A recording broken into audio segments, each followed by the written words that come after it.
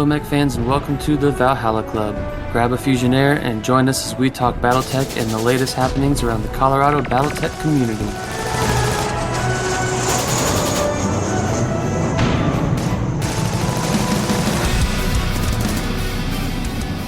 Hello and welcome everyone to the Valhalla Club podcast. Today we have in our esteemed presence the Master of Spirits, BourBen, as well as Mike the Viking, and myself, Matt the Northman. And we are here today to kind of kickstart the Kickstarter. So we're here to preview what we know and what we're excited about for the upcoming Battletech Mercenaries Kickstarter.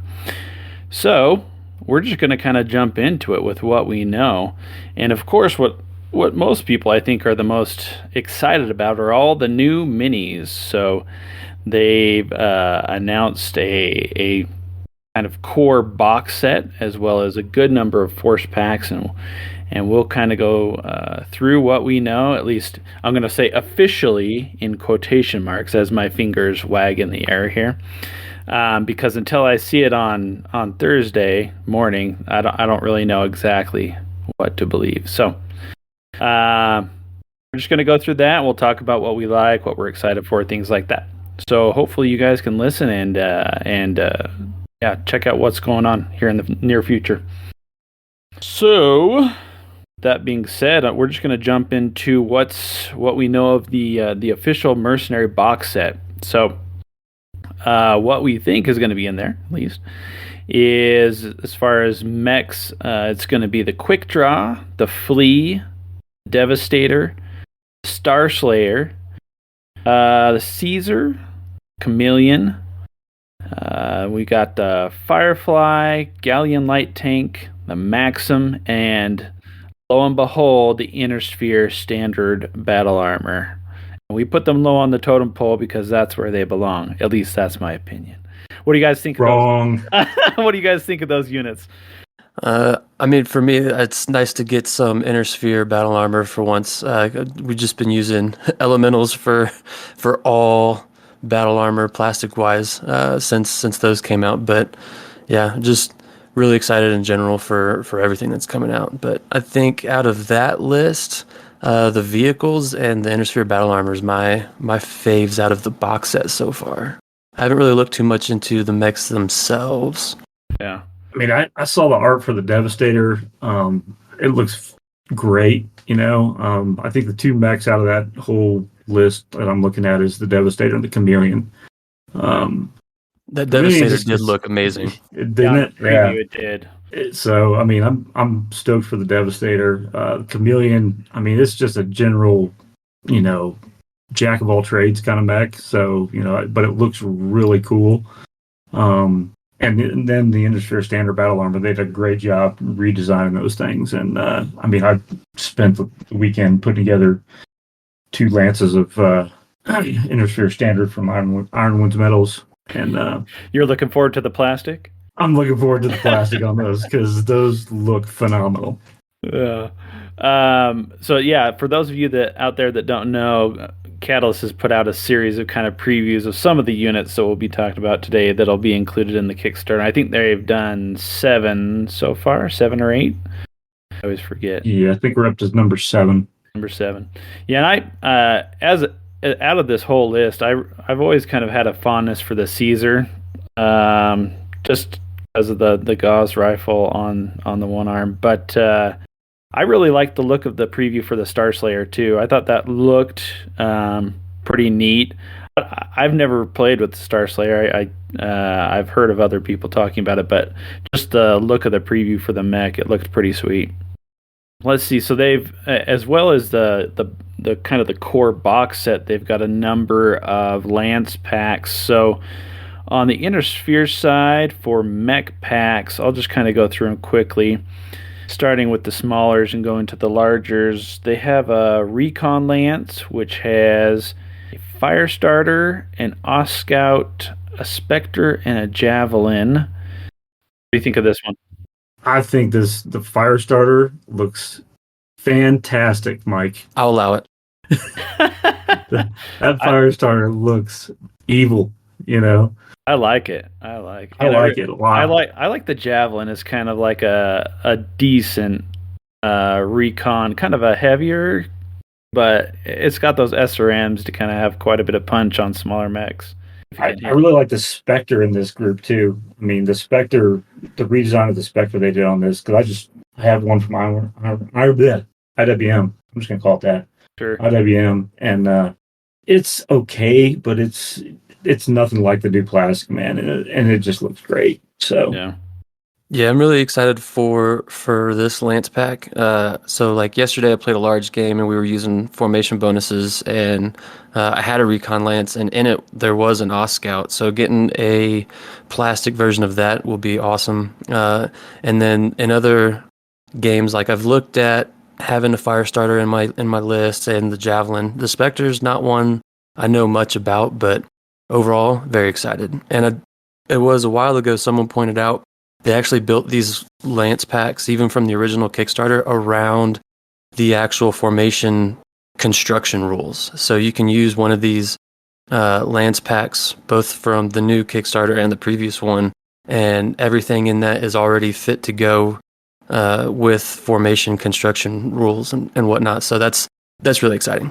What do you guys think of the inclusion of the OS series here, starting with the OS Scout? I mean, I think everyone kind of knows much about them laughs because they're like kind of like walking eggs, but and the OS Scout, I've always looked at it as just a piece of garbage, but I think it has some utility for certain situations.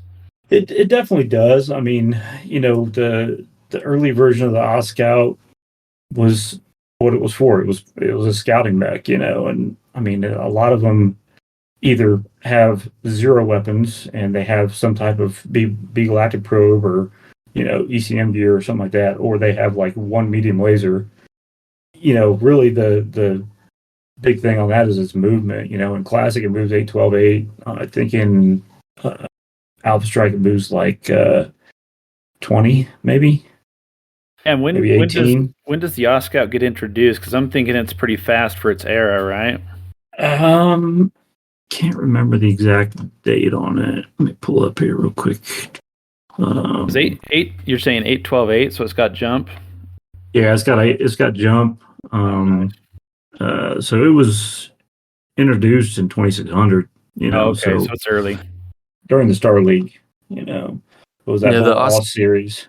the Oz Scout I was using yesterday, which actually ended up being a real workhorse for me, because opponent had C3, so my Oz Scout I used the 9S, and it's got ECM, and the big one for me was tag because I was also using an artillery fire lance, and that tag was clutch for getting those rolls down for artillery. But the 9S has a 16J for Alpha Strike. Yeah, so I think it sounds like it's really good in for particular situations, in whatever era you might be playing it. I like the Firestarter and Javelin as kind of generalists, but yeah, that OS Scout sounds kind of more like a specialist. Yeah, and I think let's see, yeah, as you get later down the road, I mean, the standard one you see in the Succession War is like the 7K. Mhm. Uh, or actually, no, the regular, what is it, the 7? That one. 7J. Yeah, the 7J is the original version. Then you have the 7JB, which is the Royal, which basically gives it endo steel and then adds a Beagle active probe to its one medium laser. Then the 7K gives you a tag in replacing the medium laser. So, I'm assuming so they're that, relatively cheap too. yeah, I mean, the battle value for the tag one is like 484 Yeah, in 2.0. Yeah. pretty good. So, yeah. Well, the next step up for the Lance packs is the Heavy Recon Lance, which has the Assassin, the Ostrock, so another Ost unit, and most people think the Merlin and the Charger as well. What do you guys think of that group? I'm pretty stoked for the Assassin. For as crappy of a mech as it is, it's it's one of those things where it's just I've always loved the look of the Assassin for some reason. Just it almost reminds me of the Hammerhead, you know, just that forward leaning profile kind of thing. but it's got a good movement profile, but it's not a great mech for it's a good mech for brawling or for strikers and kind of going out and hunting down recon units and stuff, but that's about it. Yeah, I like the look of the preview, and I think I've seen it quite a bit on MW5, and I've liked the look of it there too. It's got some utility, but you're right, you're not gonna throw this one up on the battle line and have it do much damage. What do you think of this one, Mike? Yeah, I was just looking over some of the cards for it. For a heavy recon lance, it seems to be, the units that I'm seeing, they definitely seem to fit that role. They're moderately beefy, not too many weapons, not too little weapons. Movement profiles so far seem to be relatively decent. I'm looking at a Merlin 1B. That one's 8J. For a recon lance though, I wish I would see in a little more probe and tag. Merlin 1B doesn't have any of that. Ostrock, 2CB, no specials. A little bit of IF. Yeah, I mean, for a recon lance, personally, I would prefer a little bit more of those recon elements with the probe, the tag, and whatnot. But I mean, not terrible. The art for them all looks great. Yeah, and the Charger, I know I've seen the Charger used quite a bit recently in different Alpha Strike scenarios because it's got that speed to get up to wherever you need, and you've got basically this armor blob on top of speedy fast legs. So it sounds like this recon lance is like we have the speed. Once we get there, we're kind of meh, but we've got the speed in this thing. Yeah, I almost feel like between the Charger and the Merlin and the Ostrock, you got like a heavy recon lance that's more of a, anvil while the assassin runs around and plays hammer for it, Yeah. Definitely feels like it would support the regular light recon lance than be a recon lance solely by itself. Right. Yeah, using them together. Yeah, makes sense. Okay, well, let's go up to the next one. We've got go with the Pursuit Lance, which has the Dervish, the Clint, Hermes 2, and the Cicada. Right off the bat, there are a couple here that I've never played much because they seem to underperform, which are the Clint and the Cicada. But I do like the Dervish as kind of it's like a semi like a trebuchet, but the Clint and the Cicada are ones I haven't played with much. What about you guys? The Clint, I mean, another one of those weird mechs that it underperforms, but I just have always liked the look of it, So I'm really excited to see where they go with the Clint art. I don't think I've seen that yet. I can probably pull that up and look for it if I want to. They're all about humanoid with big shoulders is what gets you. Yeah. Clint and then also the Dervish. I like that. I've always liked the Dervish. I remember running a pair of them for an event like 20 years ago, and they were pretty clutch. So, Hermes 2 and Cicada, I'm kind of mad with, but we'll see what happens. Yeah, I know. I've seen a good number on MW5 with Cicadas with I think the PPC, and those are decent because they've got the range, but it's still usually just one weapon or something, and like for the tonnage, it really leaves something to be desired. Yeah.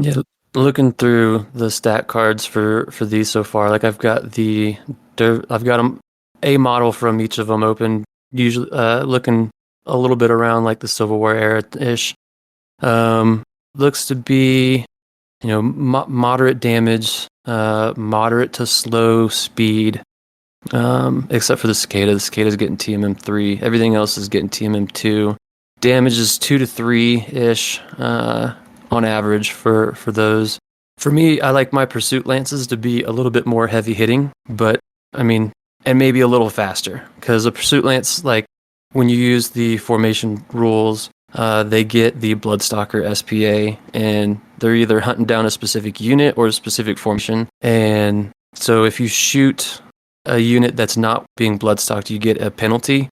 So I like my pursuit lances to be a little bit faster and a little bit heavy hitting, but for a general well-rounded pursuit lance, it seems to be okay. If you're adding in that Bloodstalker, you definitely want them to be able to pursue, the pursuit lance, to be able to pursue the whatever you've marked as your Bloodstalking unit, wherever they go. So yeah, you at least a little bit more speed. The Cicada's got some, but the others may be dragged behind. Yeah, my pursuit lance yesterday was a Valkyrie, an Ice Ferret, a Hatchet Man, which was the slowest one, and a Locust 2C. And the Ice Ferret D and the Locust 2C each move in, was it 16-inch for TMM3. The Locust 2C was putting out, and I'm happy to see that in the upcoming list. We'll get there. But it's a 550. That's a mean-ass Locust. And then that Ice Ferret, also nice and fast, putting out 440, I think it was. So they were my workhorses for that pursuit lance. But for the one coming out, like I said, it's well rounded. I just wish it was a little faster, Have you any of you guys seen any previews for any of these units? I feel like I saw a preview for the Dervish. Okay. Which it looked pretty cool. I mean, redesigning the old one, and even the old one, or the original art for it was very comparable to the updated art. So there wasn't like a big redesign of it. Yeah. I've always liked the look of the Dervish too, and I've just liked it as a unit, both in Classic and in Alpha Strike. So yeah. Like that. Well, on to the Inner Sphere Security Lance. So this is where we get our first 4-footer, the Scorpion, and we've also got the Jaeger mech, Whitworth, and the Vulcan. I will say that to me, there's kind of like a trend here of one of the units here. The Whitworth is somewhat comparable to the Dervish and somewhat to the Javelin. So I like all those units as kind of, they can be supporting mechs. Both the Whitworth and the Dervish have good kind of LRMs, as well as some medium lasers. But and I've always loved the Jaeger for some reason. It's got the paper thin armor, but it's just got those arms stuck on the side that have always looked cool to me. Mike, what do you think about these? I haven't used any of them tableside. I'm personally not big on quads because they're restricted front firing arc for Alpha Strike. I'm not sure how they interact on the Classic side. So Scorpion, okay. The other ones, the Whitworth looks like a pretty decent medium. Again, looking at the 1H and the Civil War era with a 331. Not bad, pretty good for a medium. I just wish it was a little faster, but I always think that with Innisphere mechs. The Jaeger 330, yeah, not bad. Every time I have one of those in MechWarrior 5, though, it's either the Jaeger or the Rifleman. Either one of them. They always lose their arms in MechWarrior 5. I don't know what it is about MechWarrior 5, but they always end every match without their arms. Yeah, I think in every iteration of BattleTech or MechWarrior, they just the armor on where their primary weapons are located. For the Jaeger, the Blackjack, the Rifleman, it's just so little. I love the look of these units, but to play them is kind of you're either asking for your weapons to be stripped or your ammo to blow up. So, right? Yeah. What do you think, Ben? Of these? Yeah. For me, this is I call this the sad box, because this is just this is just a lot of units that I've used in the past that they just didn't perform well. I think if there's a bright spot in the box, it would be the Vulcan. With a flamer and a machine gun and got some decent movement. It's more of a heavy scout than anything. But it can deal with infantry. It's a infantry and vehicle hunter is what it is. That's in my mind. When I saw this list put together under the name of Security Lance, I thought, like, as a GM, this is what you send your players up against. Like, this is the lance that's guarding the base or whatever. Right. And right. that you put in as a GM because your players will be able to destroy these units. Right, exactly. The Scorpion. The Scorpion redesign is the art looks really good. I'm just the Scorpion has always been iconic for running a one long range weapon and one short range weapon. And there's a couple variants in there that add a weapon, but that's about it.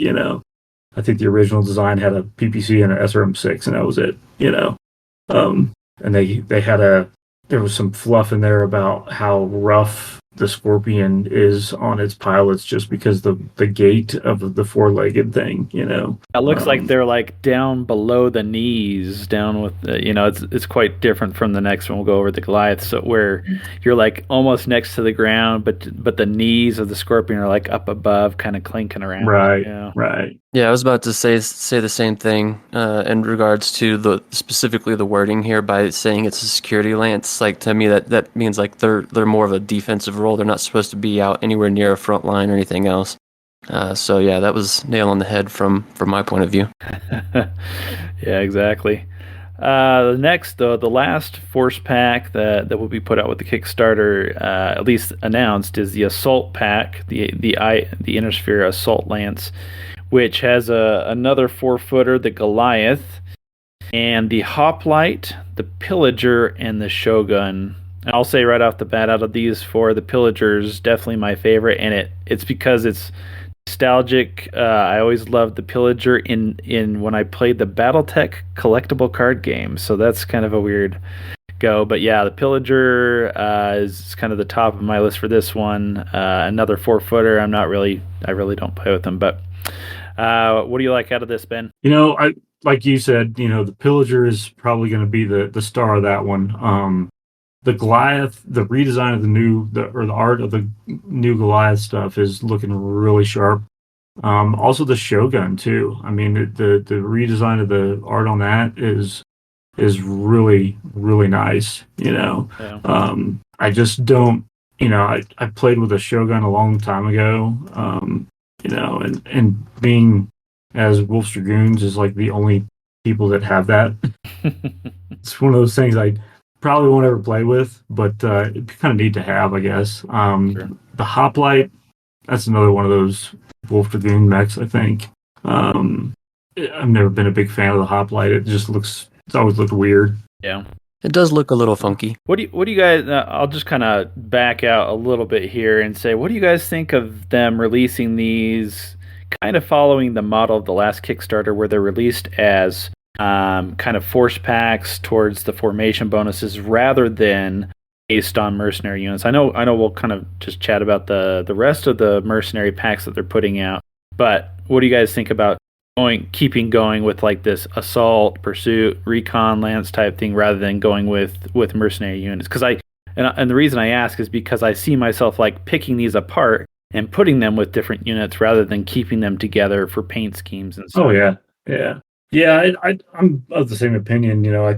I understand the I guess the marketing aspect of it, of keeping them together for the formation bonuses and stuff like that for Alpha Strike and for Classic or whatever. But I feel like they should have continued the trend of going with specific merc units. Because you get a very wide range of mercenary units that are using a lot of these units already. So, or they're not even spelled out. So, you can make up as whatever you want. That's what I feel like is the ones that are already spelled out. I don't see like, oh, this set of 4 fits exactly with this particular mercenary unit, but I may not know all the ins and outs. So maybe. What do you think, Mike? Well, kind of like I mentioned earlier, I was as one who's slowly using formation construction rules slightly more often. I'm a fan. It does make things a little easy, but at the same time, because one chassis can have multiple variants and different roles that fit other formations, so you can still piecemeal them together into, say, that from multiple units from these various force packs into, say, a recon lance or a pursuit lance. Same as what we've done so far with the force packs previously released. But I mean, I don't know. It's from a business perspective, it still makes sense because they got to sell product, right? So if you sell stuff that's intermixed between various packs that can be used in various formations, now you got to buy more product, as we're all going to do anyways. Of course. So, I mean, it makes sense from a business perspective, but it also makes things easy for those, especially those that want to try out formations, Right. formation constructions for a first time. It's already done. Sure. Yeah. So, I mean, I like them both. And as for the mercenary packs, I've liked those so far. I know there's a couple more coming out that haven't yet, and I'm excited for those. But Yeah. I mean, there's with the very, very large number of mercenary units throughout lore. I mean, you can't choose them all, so you gotta, pick and piecemeal what makes sense, the most popular ones. So, I mean, I'm a fan. Sure. Do you like any of these? Have any particular like or interest in any of these four? Out of these four, Yeah. I'm probably going to be using the Recon Lance the most, and probably that Pursuit Lance the most, and then probably the Pillager out of the Assault Lance. Yeah. I think of That's fair. all these lances, these inner sphere lances, as far as which one I would pick, I would probably go with I don't know, probably the heavy recon or the pursuit. Not that I would, well, if I were just to pick them as is, it would be one of those two. So, Yeah, I'd probably go with the Recon Lance. That'd probably be my go-to. Yeah. I mean, I like the speed. I like the fast stuff. So yeah, the most utility, I guess. yeah. Okay, so that gets us through all of the Inner Sphere Mech Lance packs. Now we'll jump over to some vehicles, because that's one of the awesome things about this Kickstarter is plastic vehicles. So, Yeah. That's what I'm most excited about. and I think a lot of people are, just because that's kind of been a limiting factor for a lot of people building new armies or new forces for whatever it may be. But it's great to see they're doing it. So we'll start off with just the battlefield support, which includes the LRM carrier, the SRM carrier, Manticore, and Vedette. Some pretty iconic vehicles in that pack. What do you guys like from that? Let's start with you, Ben. All of them. I think it's all great. I mean, the LRM carriers are rock stars. The SRM carriers are great for city fighting stuff. Huge fan of the Manticore, and the Vedette. Is a great, kind of a light, medium-ish tank that's got a little bit of speed on it. So, I think all four of those units are great to really just kind of round out a general force kind of thing. Yeah, I'm in the same boat. I love everything in this one. Everyone should be using some indirect fire with some LRM carriers. Absolutely. Put that Recon Lance to work, you know what I mean? Right. And then I'm always a big fan of an SRM carrier, but whether it's in Classic or Alpha Strike, because SRMs. And then, yeah, the Manticore and Vedette are also awesome. And they also play a nice defensive role for the LRM carrier, or Right. holding the objective.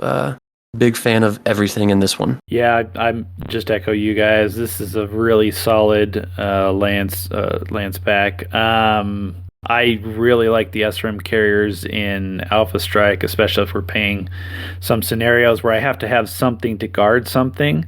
That 660 for just your basic SRM carrier for under 30 points, it's pretty solid. Pretty scary for Yeah. for fast units. Yeah, I mean, you put a skill 3 and it only goes up to 30 or 31 points in Alpha Strike, and it hits pretty hard. Have always loved the Manticore. It's just a solid vehicle. Vedette's great. LRM Carrier's great for kind of situational stuff, but also for that walk-in phase where they're walking in from the edge of the map and you can start hitting things already. So, yeah, solid group. Can't say much more about that. And as far as I understand, there's going to be 2 of each in the pack. I could be wrong, but I think that's what it's supposed to be. Yeah, that would make sense. I think That would be awesome, because I usually buy them in pairs anyways, if it's Right. in metal. Yeah, if I'm Yeah. getting an LRM carrier, I'm getting 2. Yeah, SRM same for carrier, SRMs, Manticores. probably 1, but most likely 2. Tanks work best in pairs. I think it's mentioned thematically, like both in the fiction and kind of in the force manuals or whatever, that they come in pairs. So yeah, it makes total sense if they do that in the boxes. Let's see. The next one's the battlefield support assault and cavalry, where we've got the Shrek PPC carrier, Demolisher, the Pegasus, and the Condor. Whew, I like this one. I'm a big fan of the PPC carrier. Use that quite a bit in Alpha Strike. Usually doesn't let me down. It's got quite a bit of armor, and it's got the reach with the 3 PPCs. Demolisher, you know what you're getting with that. Once it gets up close, it's super dangerous with the 2 AC-20s. Pegasus for some speed, Condor for some speed, and a little bit of firepower. What do you think of this one, Ben? For this one, the Demolisher, I haven't run a PVC carrier very often. I've run more Demolishers than PVC carriers. So kind of excited to see the Demolisher, and the new art looks really good. The Pegasus, I've run a lot of Pegasus before. I've always loved them. Pegasi. Pegasus. Here we go. Are we back to pronunciation back again? To pronunciation. So someone get Trent. Oh no. Where's he at? And then the Condor, of course, Condor's a staple Davian, hover tank. So, I've always liked Condor. Yeah, it's a great group. Mike, what do you like in here? Absolutely all of it, once again. So the game I played yesterday, I had 3 out of the 4 on the field. I had a Demolisher. No. I had two out of this one, and I had a SRM carrier. But PPC carrier, great objective holding, especially like hold protecting your home field or whatever objectives. Because it's not fast by any means, but a 3-3-3 because the triple PPCs is always nice. Yep. Demolisher, I've always loved Demolishers, whether it's the AC-20 variant or what I used yesterday was the Aero 4 Demolisher with 2 Aero 4 tubes. That was brutal. Was looking at I used the Condor yesterday. That was great for protecting my artillery tanks because it had I think it was 330 with a 16 move. So it was great for protecting the artillery in the back. And then hadn't used a Pegasus before, but looking at it now, I love it. Specifically looking at the 3058 upgrade right now with a 220 18-inch move, but ECM, probe recon, and tag. Big fan. Yeah. If I were to say of all the boxes we've covered so far, like which one is kind of like works the best together, this is the one I would actually pick because you've got the long, the big, the speed, kind of combination of all. So I really like this combination of forces. Yeah, I think I'm going to need like 3 of these packs. Right? Yeah, exactly. Well, and one of the things I really like about these, they call them battlefield support, and I really like that because these just kind of fit into mercenary units everywhere. These aren't like very faction specific, so I really like these combinations so far. Let's see. Let's go on to the next, the battlefield support recon and hunter. So for this one, we've got some big boys with the Ontos and the Behemoth. And then we have the Skulker and the Warrior VTOL. What's your thoughts, Mike? I'm looking them up now. I haven't used really any of these. I've used the Warrior VTOL because everyone needs more flyboys. But yeah, I'm looking at the other 3 right now because I haven't really used them before. So while I look that up, Ben. I mean, we saw a lot of Skulkers at the LVO tournament, Yep.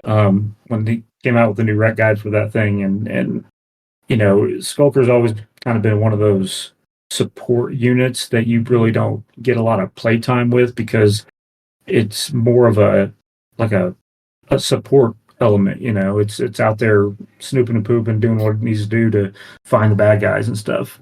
Warrior VTOLs are always good. Just a general attack VTOL. The only thing I don't like about the Warrior is like it never has a whole lot of troop transport. Mm-hmm. I think there's one version of it that carries like a squad of like foot infantry, and that's about it. That's all it can do. And then it's kind of more like one faceted rather than being able to do multiple things. Then, right? Right. It's more of a harasser, a recon element that can defend itself, kind of thing, or a quick strike kind of thing. Yeah. Ontos is a beast.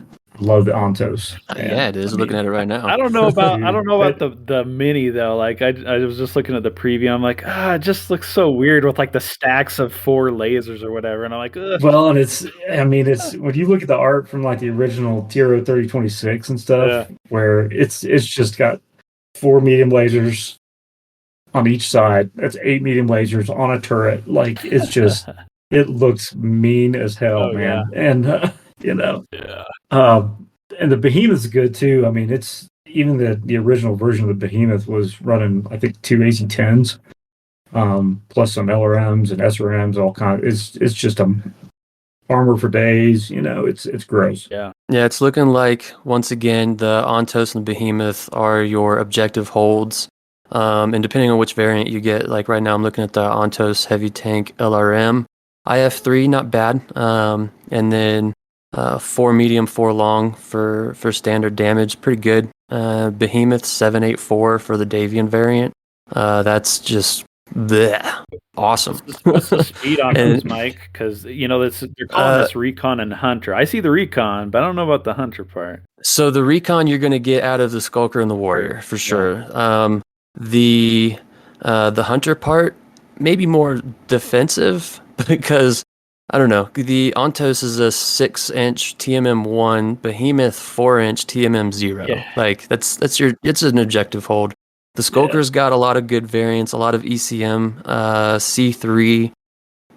So that'd be like a little tank to just hang out around the back as a master, because there's a master variant, C3 master variant, around those 2 big beefy boys to kind of protect the master, I guess, while the warrior goes out and, I don't know, does work or protects them. I don't know. Maybe not recon. They're not fast enough. Yeah, so Definitely not. I would liken this actually As a lance, it's not a recon lance.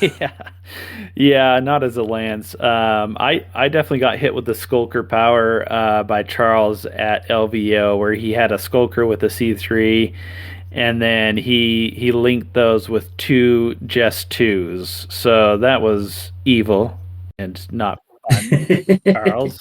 But yeah, I definitely see the recon part, but maybe not as much the hunter part, because those guys can't move, right? They can't go hunting. They're just waiting.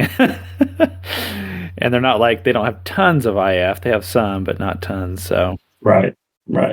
Yeah, and looking at the warrior, maybe recon / throwing out, just adding to an ECM bubble, because most of these warrior attack helicopter variants are very squishy. They're very fast, don't get me wrong. Yeah. TMM4 plus 1, giving it an effective TMM of 5 is great. The warrior's going to fall into the recon role, and C3 disrupting with the ECM. This one's HX, no, experimental. Never mind. Moving on. But most of them don't have a lot of damage output.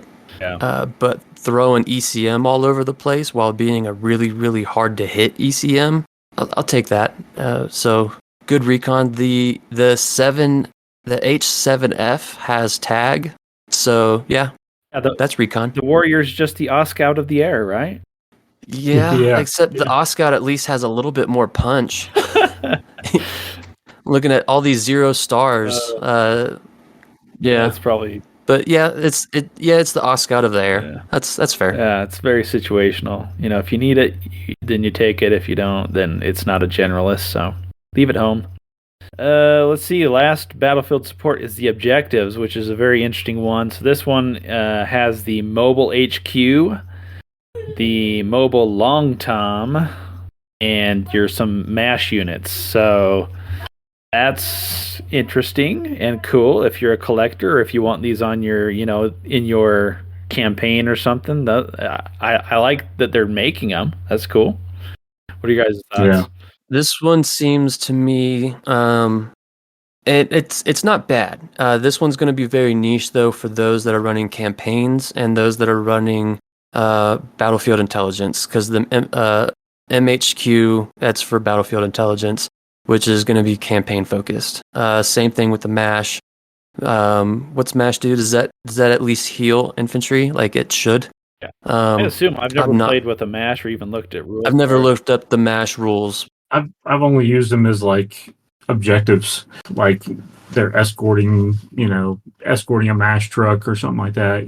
So I've never really seen what a mash, like what are the rules. Yeah, that's what Yeah. I'm I mean, the assuming. art looks pretty cool. Yeah. Yeah, I like mash 5. I like the long tom. Everyone should use some long tom with a Yes, 6-inch yes. AOE. And that Multiple doesn't long even have to. toms. You need a whole battery. And that one doesn't have to be campaign focused. But the mobile headquarters and MASH, that's gonna be campaign things, which is cool. I know we've mentioned multiple times that a lot more people here in the area want to start transitioning more to narrative focused and campaign style. So I mean, I see them getting used. Yeah, or like specific scenarios where it's like protect the mash, protect the Yeah, rear absolutely. base, or you've got to transport the mobile HQ across the map or something. But yeah, it's not just going to be pick up play with these guys usually. Interesting. So I had to look up the mash rules real quick because I was curious. So unit with mash special and alpha strike can tend to wounded warriors, helps to recover their injuries between battles. During gameplay, a unit with mash equipment can accommodate infantry units as if it has an IT number equal to half its mash number value, rounded up. For example, a unit with a mash 6 can act as a unit with an IT 3 special. Oh no, I feel people's AS 350 ears perking up. Exactly. Where's my mash? I have Definitely don't see MASH being added to use for because between battles and AS 350 you fully heal anyways.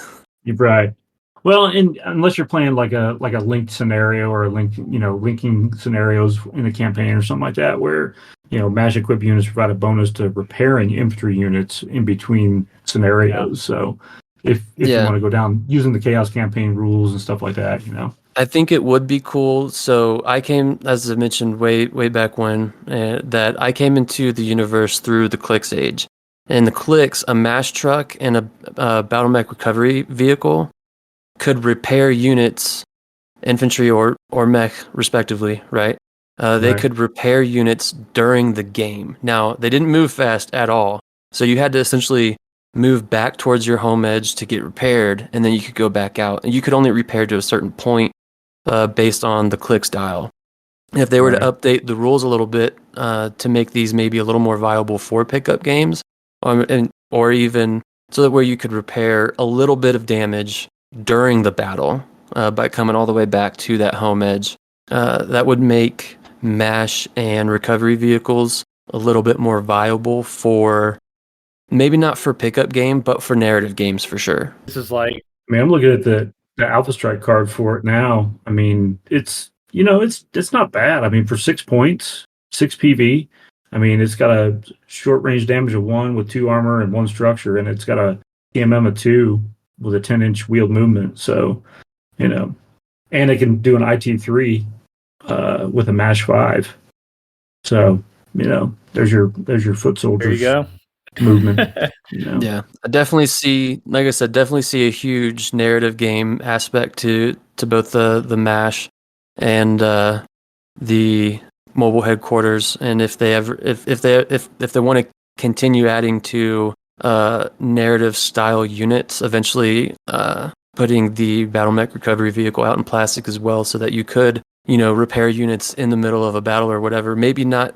So like just spitballing here, if you were to repair a unit during a game, you wouldn't be able to repair any structure, but maybe each turn being able to repair, say, 2 pips of armor per turn while in base-to-base contact, something like that. Yeah. That's an idea. Yeah. And I just like the fact that they're kind of expanding beyond just what's combat effective. I mean, that's what we're generally playing in BattleTech, but just having like other units to have on the board to add flavor into, basically our little mini universe that we're playing in, I think is a great idea, even if it's just. Oh yeah. So that's cool.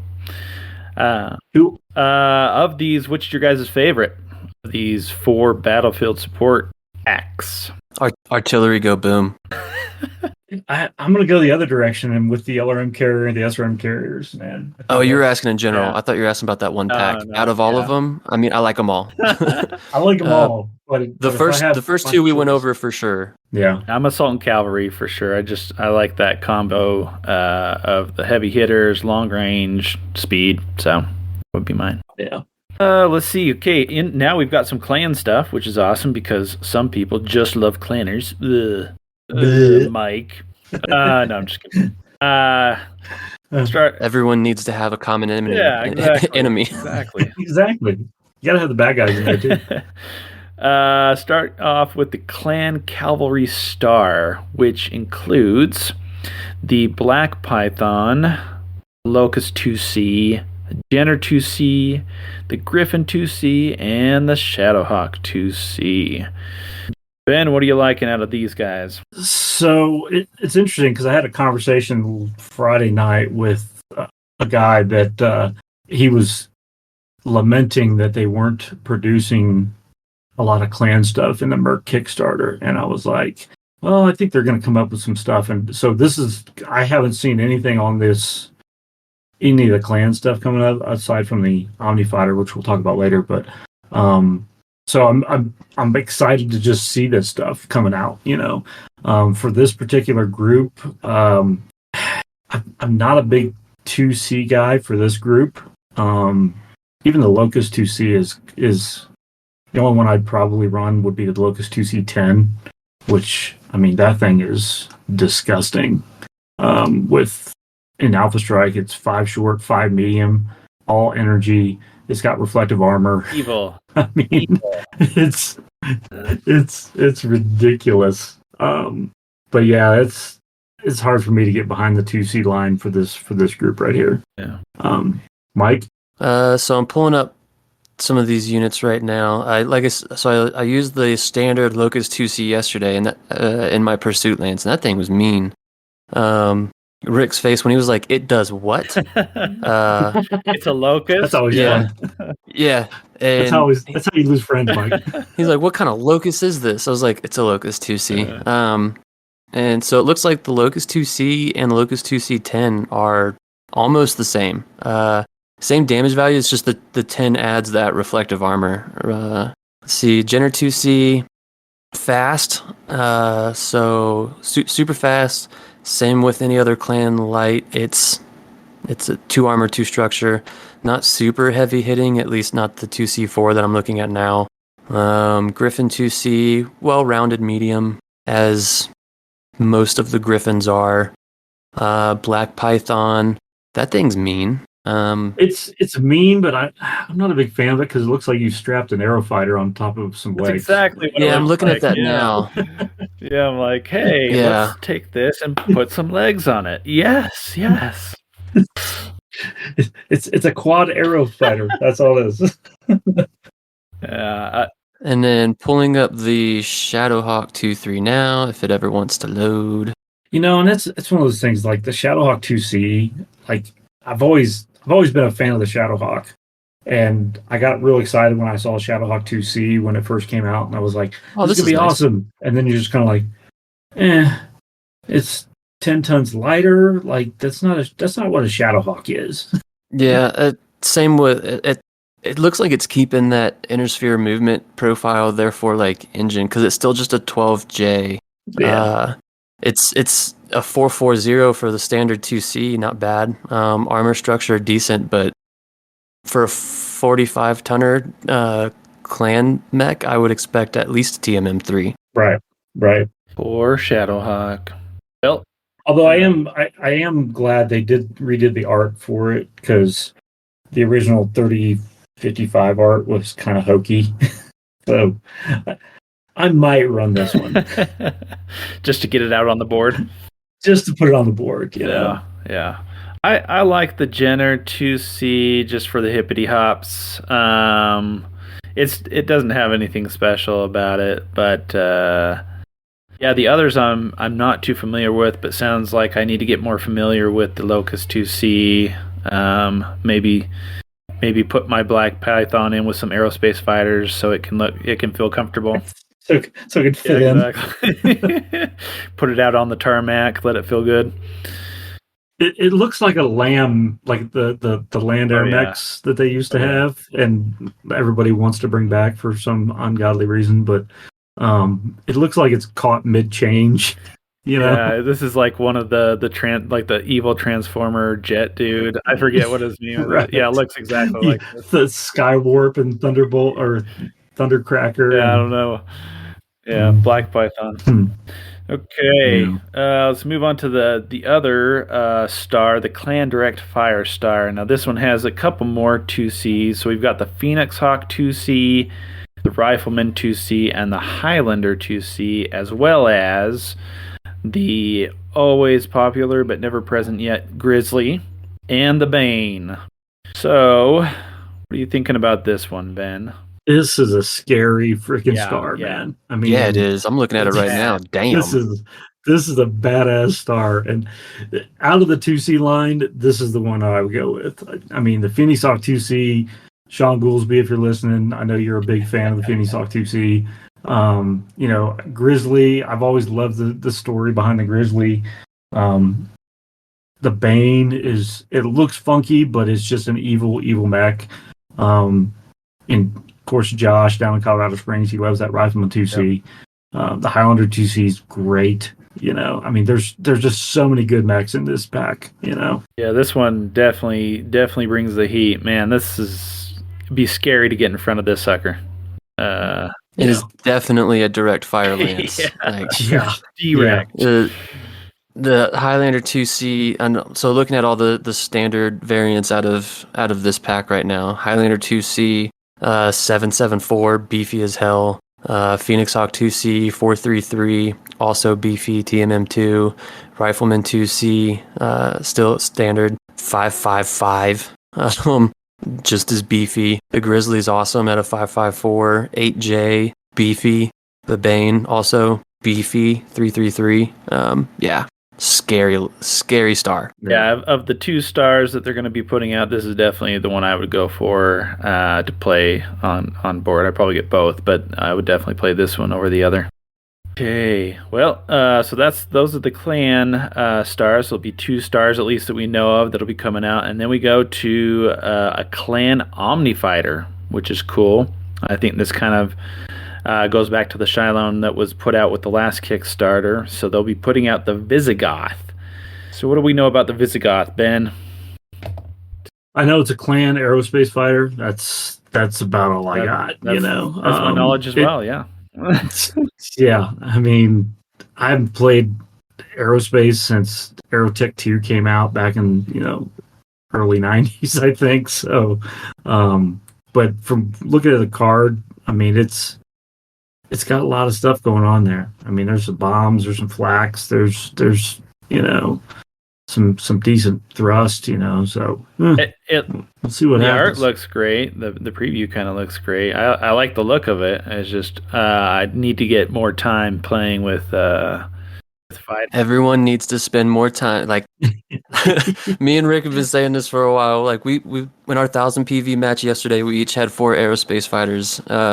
It makes the fight 3-dimensional, and man, is it a lot of fun. Yesterday was the first time we had both had to encounter air-to-air fights. That's a lot of fun. I really like the engagement mechanic. And if you ignore aerospace fighters for too long, you're screwed, man. And this Visigoth, it is exactly what it is. It's a fast dog fighter. And for a medium aerospace fighter, this thing puts out damage.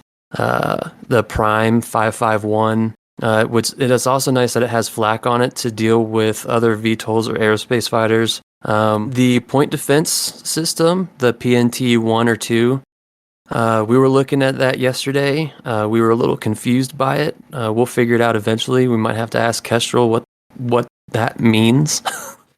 Right. Because it kind of looks like, it kind of reads like AMS for aerospace fighters, but at the same time it doesn't. Was a little confused on it. We just opted to completely ignore point defense, and it's probably something we're paying PV for. But yeah, in general, the Visigoth, these are all very, very strong medium fighters.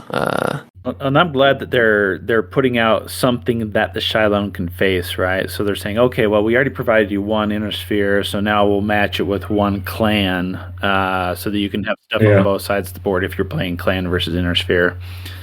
Yeah, I definitely hope they keep coming out with plastic aerospace because I'm like I said, I'm just a huge fan of aerospace on in Alpha Strike. I have no idea how to use it in Classic, and when I play it with aerospace in Mega Mech, I'm just like this is weird and doesn't make sense to me. So I'll probably never use it on Classic outside of Mega Mech because even in Mega Mech, I'm just clicking around until it finally moves, and I'm like, okay, cool. Um, but I don't know how many times I've crashed aero oh, fighters in Mega yeah, Mech. I'm just like, absolutely. I don't know what I'm doing. Yeah, absolutely. This doesn't make But sense. for Alpha Strike, huge fun. And really strategic. Just yeah, big fan of aerospace. I hope they keep it up and eventually come out with an actual like aerospace line. They kind of teased it with the and even with their write up for when they released the Shalone was like our test run at Plastic Aerospace. I'm like, keep it up. More aerospace. Yeah. You heard it here first. Yeah, and I think this you can kind of see the trend from the first Kickstarter was all mechs. Now we've got vehicles coming, so this is like, we're getting more players in. Let's expand what you play with, and I think fighters are kind of maybe the next portion to that is let's expand 3D wise into what you're playing with. So hopefully it keeps going. Let's see, and then we've got quite a few other goodies coming along with the Kickstarter. Now, I'm not sure exactly what else is gonna be coming. I know they'll probably have like challenge coins and patches and hopefully not dice. I don't know what we're getting into. Yeah, I don't know what else they're gonna be putting with this stuff. So, but I generally like most of the stuff. I really liked the posters. I kind of have the posters around my place. I'm not sure. What do you guys want? What else do you guys want to see come with this Kickstarter? I mean, I want to see some more, just the patches are cool. More t-shirts and stuff. Dice, we saw how that worked out with the last Kickstarter. I heard a rumor that there might be another try at the dice thing. So we'll see what happens with that. The challenge coins are cool. Yeah, I like as a military person, I love challenge coins. Sure. I love to put them on my wall on my display. They're the ones I have now are intermixed with my actual military coins, and they fit. They look like they belong there. Right. But I mean, like for the shirts and stuff. I mean, the shirts they've got coming out now alongside once a month with the little novellas that are kind of like their drive up and their hype up towards the actual Kickstarter. They look great. Rick was wearing a ELH shirt yesterday, and it just looks really high quality and really good. And I've always looked at like the MechWarrior Academy shirts that they've had for years, and I'm like, maybe I don't know. So having actual shirts that are like big front and center, like this is the faction or whatever, I think they look great. And then it looks like they're doing more of those premium metal dice. Those look good. Yeah, I'm excited for all of it. I'm really, I was hoping by now we could at least see what the stretch goals are. But I'm impatiently waiting for that. So speaking of which, okay, now here's the question. What is your one stretch goal that you think would be awesome? And I'll give you guys a minute to think, but mine would be a terrain pack, 3D terrain for classic maps. So I think that would be a cool stretch goal because I think that adds a lot to. I mean, that's why we use it with Alpha Strike is because it looks cool and it makes like line of sight and things like that more realistic and kind of easier to understand for everyone. So I think that'd be a cool stretch goal. Okay, so Ben, over to you. I'm going to echo that because I think that would be a cool stretch goal, especially with the battle mats and the neoprene battle mats that have been out. They look great when you put them down on the table. The one thing I've noticed is as you're playing through, like there's shadows on the terrain where the level 1, level 2 stuff comes into play for classic. Where if you'd put a 3D hill that matched that, that would be kind of neat, And that way you don't have to like, well, is that part of that? Is that I'm not quite sure kind of thing. So I think that'd be kind of neat to have, maybe some 3D terrain, some cardboard 3D terrain that you could, put together for the existing battle mats would be pretty neat.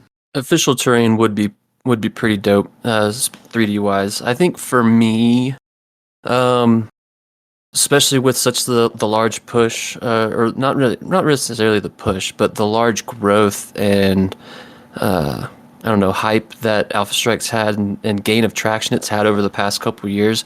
They've got the hexless maps for Alpha Strike now, but they're too small. They're the same size as a regular one. So it'd be great to get some official 4x4, 6x4 Alpha Strike maps. Granted, FLG already makes all that. I don't know. Put two of them together. And I love the BFM. I love it. I want one so bad. If you did that, I'll get there eventually. But if you did that one side hexed and the other side hexless, that'd be cool. That'd be freaking cool, that'd man. Be cool. I wouldn't mind. I'd pay $150 for that. Yeah, I want to see some more. I want to see more battle mats, but I want to see more like city battle mats. We've got a lot of terrain battle mats that that look really cool, but there's not a lot of city type battle mats yet. So I'd want to see more of those. Yeah, some like dense urban shit. Exactly. I've only seen on half of a battle mat. You've got some city, and they just put out their newest one is like an airfield, but that's basically it. Right. So that would be cool. Yeah. Ooh, I have a new one. Stretch goal, maybe on the higher tier of things, but going back to what I was saying earlier, maybe a stretch goal of, I don't know, a clan aerospace squadron and Intersphere aerospace squadron. That would be dope. That would be. Or like a fighter wing in a box kind of thing. That would be. And maybe a better drop ship, because the one that came in the last one wasn't well received. Yeah, I think they should have something to go like that. I mean, probably a leopard. Yeah, you're gonna start small, you would hope. Cool. Well, yep. That's what we know of the minis to come. Now I've got the Adepticon schedule here. So the Kickstarter goes officially up on this Thursday, the 23rd of March. I'm not sure exactly what time it actually starts. You can start putting in your orders. Has everyone prepped their wives or their spouses for the amount of it's cash we're about to throw? It's okay, honey. It's okay. It'll all be okay. I have. She's kind of like, yeah, you do whatever you want. I don't care. Use the credit card they don't know about. I'm not going to promote that, but maybe. Yeah, so we'll see what time this actually pops up. But the Adepticon stuff starts at 10 a.m. on Thursday, and it'll pretty much be Thursday through Saturday. It'll be 10 a.m. through 10 p.m. On Sunday, it'll be 10 a.m. through 4 p.m. And in general, each day, especially Thursday, Friday, and Saturday, but they'll have interviews with some of the writers, some of the higher-ups in Catalyst.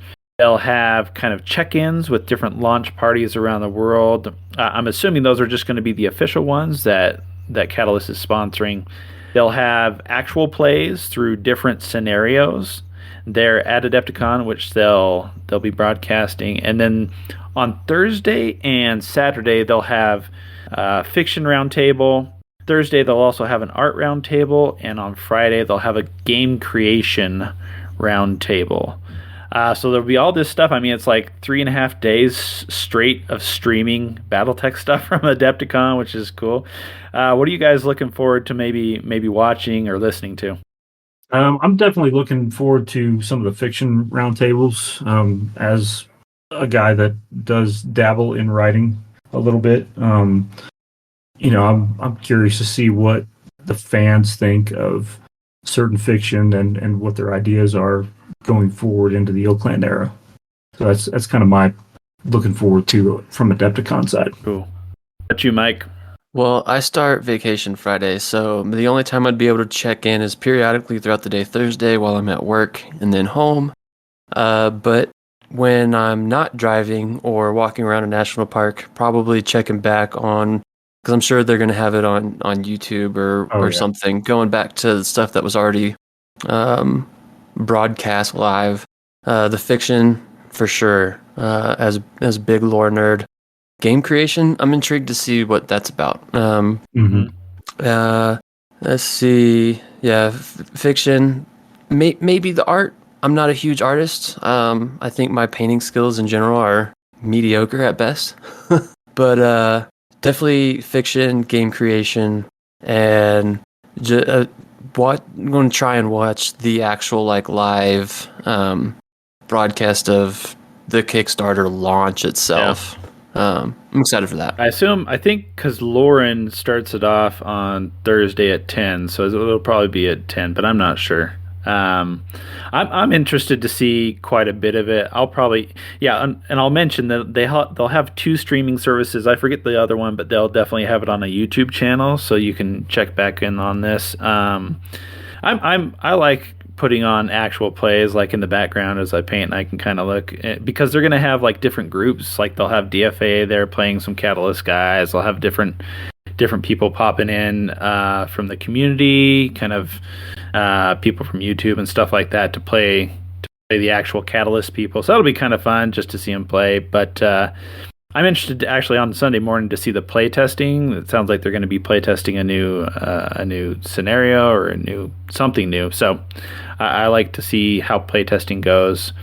But I'm just. It looks like it may be that what they teased at the Kerensky Con a while back, like that board game. Yeah.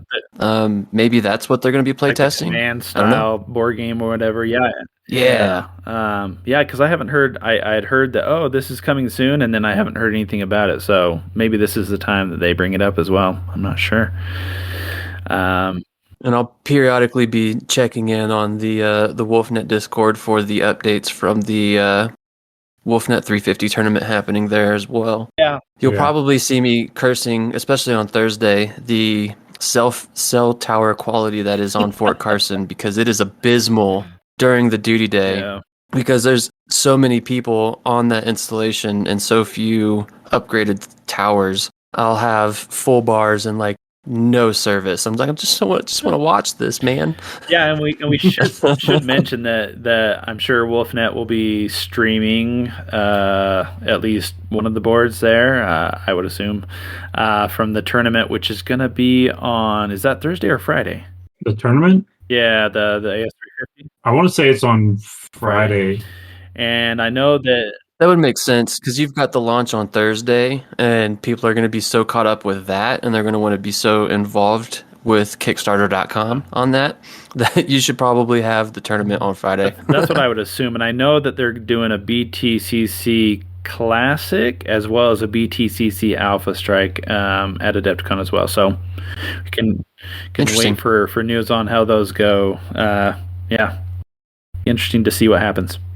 But yeah, we're just excited for the launch to go forward, starting. So this Thursday, whenever this comes out, this Thursday, the 23rd of March, either, I'm not sure. Crack of dawn or 10 a.m. We'll see. So for that, actually, we're here in Colorado. We do have one we weren't selected for one of the official launch parties, but we are going to be doing an unofficial. Boo. Yeah, seriously. Come on, man. Unofficial. Texas, damn you, Texas. I know. What? It's only borders and coasts. That's all that get them. Texas doesn't have a dedicated BattleTech podcast. Colorado does. Come on. We exist here in the middle. I don't. Nope. What am I, chopped liver? There's 2 coasts and like the edges, and then there's this blob of nothingness. That's what happens.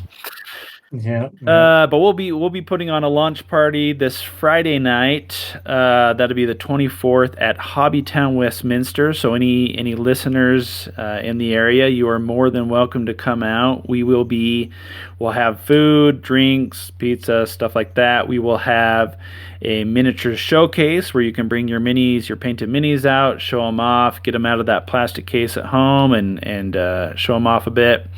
It can be any painting level. I'll be bringing some, and I am not top tier painter by any means. Contrast and speed paint are my go-to, so that'll tell you how skilled I am. Skill in a bottle. Yeah, exactly. We will have various games to play. So I know Ben's going to be putting on a couple classic scenarios. There will be maybe large Alpha Strike battles. I think John from the podcast is going to be running a couple of those. We're going to have, or it looks like we're going to have a couple Solaris battles going on. I think Randy from Longmont is going to run those. We might have some aerospace going. I'm going to be bringing BattleTech collectible card game for people to try out and play if they want. There will be other stuff, and we'll be announcing this on the Discord and on the Facebook page. So if you're in the area, we'll start at Hobbytown Westminster around 6 p.m. Come on out, have a good time. Just relax and come play or come enjoy the BattleTech stuff. We'll even be having some of the animated cartoons on the TVs and stuff. So I mean, you can't go wrong with that. Right? Yeah. Don't forget to bring your trade stuff if you want to get rid of some of your stuff you can't stand. Yeah, Ben wants to trade you for some minis. So I got about 2 cases of minis that I'm looking to offload, and I'll take whatever. Yeah. You know. So except bad dice. I don't want bad dice. Don't take those. We got enough of those already. I got enough of those. Exactly. Yeah. So. And to echo, well, sorry, real quick, just to echo what you mentioned a second ago. For those that haven't already and are avid listeners, please join our Discord. The link is in our show notes or description, whatever you want to call it, for every episode. So join us on the Discord, join the conversation, and join us at our unofficial launch party via Discord. Exactly. We may be able to stream some of it as well. So we'll see what we can work out. It'll kind of depend on what Hobbytown's got as far as bandwidth and stuff, but it should be a really good time. It'll be BattleTech and MechWarrior, whatever. So come out and enjoy with 6 o'clock Friday, 6 p.m. to midnight, all night long. So we also wanted to mention some of the other things that Catalyst has been putting out. So we mentioned the other mercenary unit packs, so like Kellhounds, Eridani. I forget. Go with Light Donnie. Horse. Remember last episode? It was Eridani. Donnie. The Eridani Light Horse, Northwind Highlanders, Hanson's Rough Riders, hashtag Justice for Hanson. Justice for Hanson's Rough Riders. Hashtag Justice for Hanson's. Great Death Legion, and I think the latest one announced was Snords Irregulars, which I am super psyched about because I love the units that are going to be in there. The Frankenmech, the Jumping Guillotine, which is kind of one of my favorites. Spartan, I like quite a bit, and a new Highlander, so those sound pretty cool. Yeah, that's going to be slick. I'm excited about that. We mentioned that they've got the t-shirts going on, so I know they've had the latest one was the Northwind Highlanders and the Republic of the Sphere, and then I know the first batch was Sea Fox. Did they have another one besides Sea Fox? Yeah, they had the I think it was the Elysian Lancers. Elysian. Okay, so yeah, if you're looking for t-shirts, there's more and more out there, so hit the Catalyst website or hit Aries, might have them. I'm not sure about the t-shirts there. Let's see, we also got the Proliferation Pack. Ben, walk us through the Proliferation Pack. So this is a pretty niche pack, I think. So you're looking at the original Proliferation Saga, or a series of stories about how each house unit obtained the BattleMech technology from the Terran hegemony. So there was a series of like 6 stories for each of the great houses, and the hegemony, how they kind of started it with the Maquis and everything. So you're looking at the whole list of those original minis, which was starting with the Maquis. I think you've got the Battle Axe, or all those different ones from all the different houses they came up with. Maybe the Hammer Hands is in there. I'm not quite sure. I don't think we've just seen a mock-up of the art of the box and some 3D designs for what might be in the box. So definitely going to get the Mackie in it, and then you're going to see a lot of the other stuff that each house was their first mech kind of thing. So I think it's a very niche pack. But if you want to play some Age of War stuff with some of that involved, it might be kind of neat. Yeah, I've got it pulled up now. Get your push to talk short down. No, my internet keeps jumping. The page I've got it pulled up on keeps jumping to a freaking video, and it won't go away. And it's like you get the fiction, the stories plus the minis, right? So it's kind of that bonus. The proliferation cycle, which came out with the original Kickstarter, was highly recommend reading all those, and it also includes, like Ben mentioned, how each of the great houses, there we go, acquired or stole or whatever the BattleMech tech, and then they also include in there a story on the original OmniMech, which was pretty cool. And the proliferation pack itself, if it will let me scroll back up to it. I got you. Hold on. It's got the Mackie, the Ymir, the Battle Axe, the Gladiator, Ymir. My bad. Ymir. Mjolnir.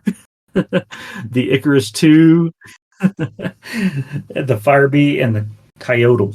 So not to be confused with the Fireball, which is much more incredible. Right, it's the Fire Bee. Exactly. Fireball. So those will be coming out. I think it's still Q1, right? Well, I guess Q1's almost over, so maybe Q2, something like that.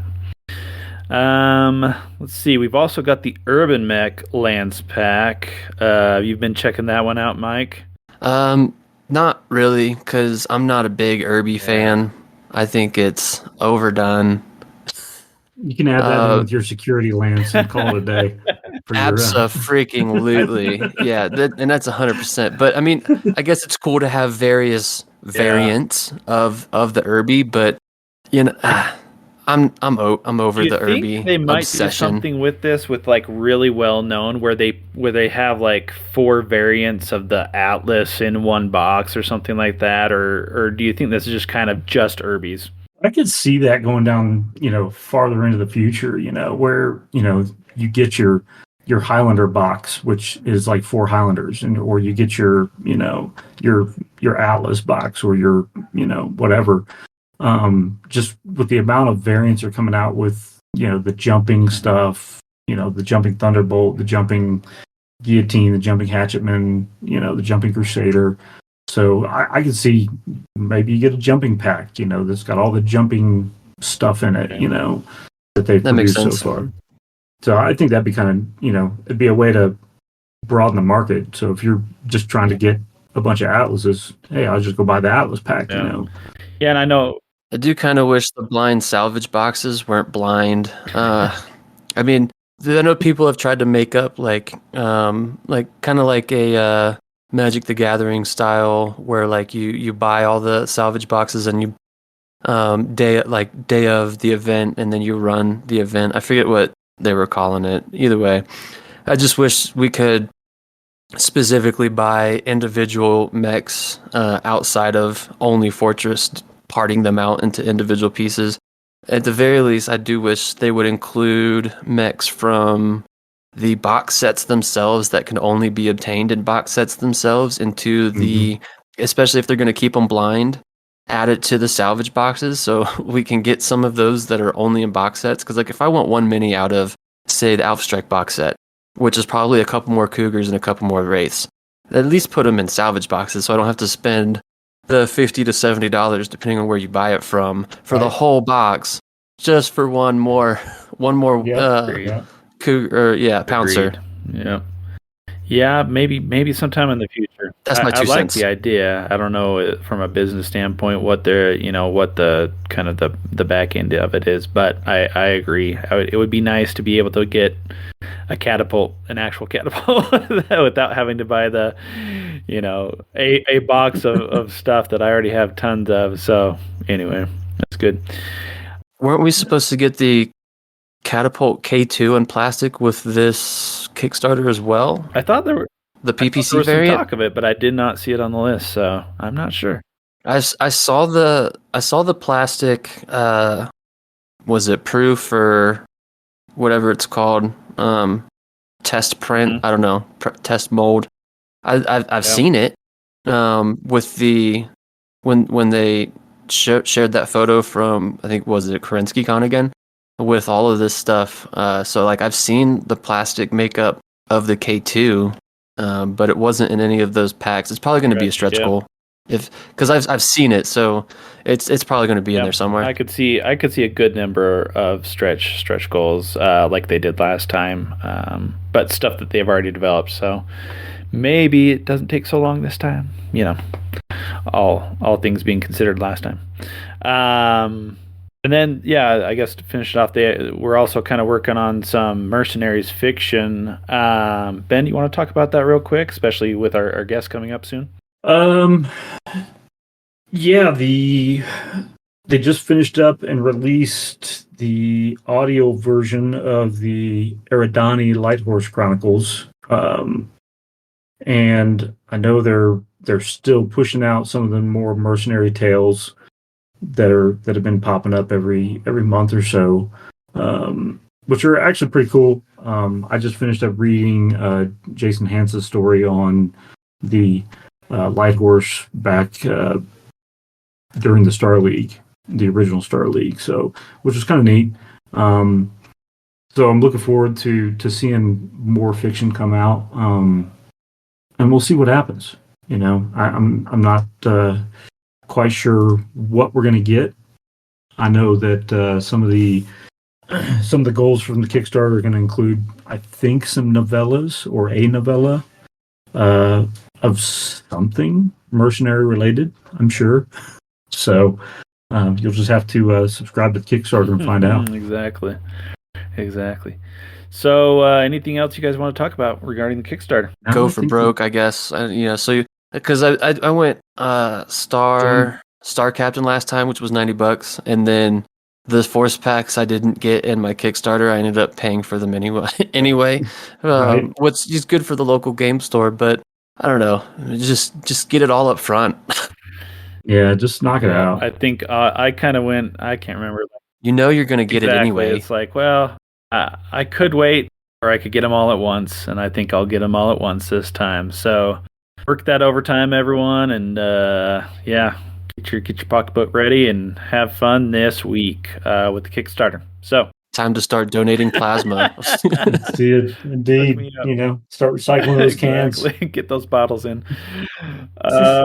Cool. Well, let's just do some shout outs and we'll finish up today. And I'll start with the shout outs. I just wanted to shout out Aries Games and Minis, of course, our sponsor here, and Derek there, who always gets stuff out very quickly. Whenever I put in an order, he's got stuff flowing in the mail to me within the next day or two. So I've always been pleasantly surprised at how fast I get my packages from Aries, and the quality has always been there. He's got a great selection. He's got what I can't find in the local game stores sometimes. So I like to support the local game stores, but I love when I can find anything that I truly need on Aries. So heading over to Ben. I'm going to shout out Hobbytown for giving us an opportunity to put this little party together for this coming Friday. So appreciate them working with us and giving us a little bit of space to get a little rowdy. So Hobbytown, thank you. Mike. So for me, I'm just going to shout out good old my buddy Rick as being a worthy opponent yesterday in our 1000 PV match. We took 8-ish hours, but it was a hell of a lot of fun. And then moving from that into our conversations on the WolfNet channel, just going to give a good old shout out to Kestrel for being receptive to our comments on the aerospace rules and potential changes. So thanks for not just dismissing us. Always good to be heard. Yep. I appreciate you, good sir. Indeed. But yeah, Rick and Kestrel, that's my shout out. Well, thanks for everyone for listening, and we hope you guys have a great Kickstarter week and get out some gaming. Get to do some gaming this week and Hope to talk to you guys later. Ciao, ciao. Last call. Boop. Last call.